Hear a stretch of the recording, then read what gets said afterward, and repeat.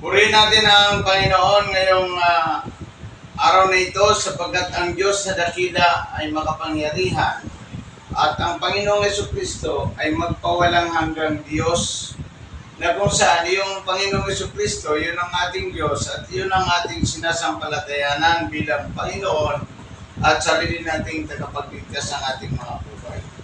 Dito sa mga awit, chapter 1, verse 6, ay sabi niya dito, awit chapter 1, verse 6, ang taong matuwid, itong si Yahweh ang siyang mag-iingat, ngunit kailanman ang masama ay mapapahamak. Ito yung katiyakan ng isang taong matuwid sa paningin ng ating Panginoong Jesucristo.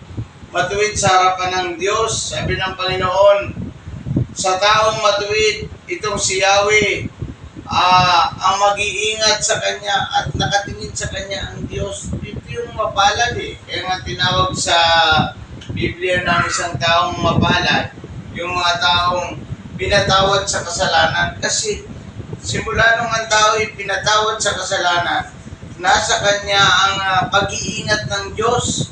Nasa Kanya yung pag-iingat ng Diyos na ang tao ay hindi mapahamak. Dito kasi sa ibabaw ng lupa, habang ang tao ay lumalakad, maaari kang mapahamak, maaari kang mamatay, maaari kang madisgrasya, maaksidente.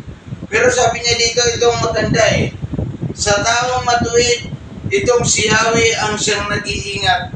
Ano ba nagiging matuwid ang isang tao? Una, nagiging matuwid ang isang tao kapag siya ay pinatawad sa kasalanan. Paano ka mapapatawad kung ang isang tao naman ay nagsisi at tumalikod sa kasalanan?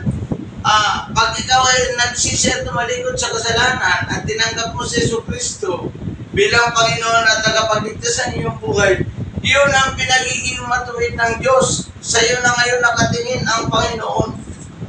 Sa iyo na nakatingin ang Diyos ngayon. Kaya sabi niya dito, sa taong matuwid, si Yahweh ang siyang nag-iingat. Iingatan ka ng Diyos at hindi ka mapapahamak. Ito yung maganda eh. Sabi niya dito, ngunit kailanman ang mga masama ay mapapahamak.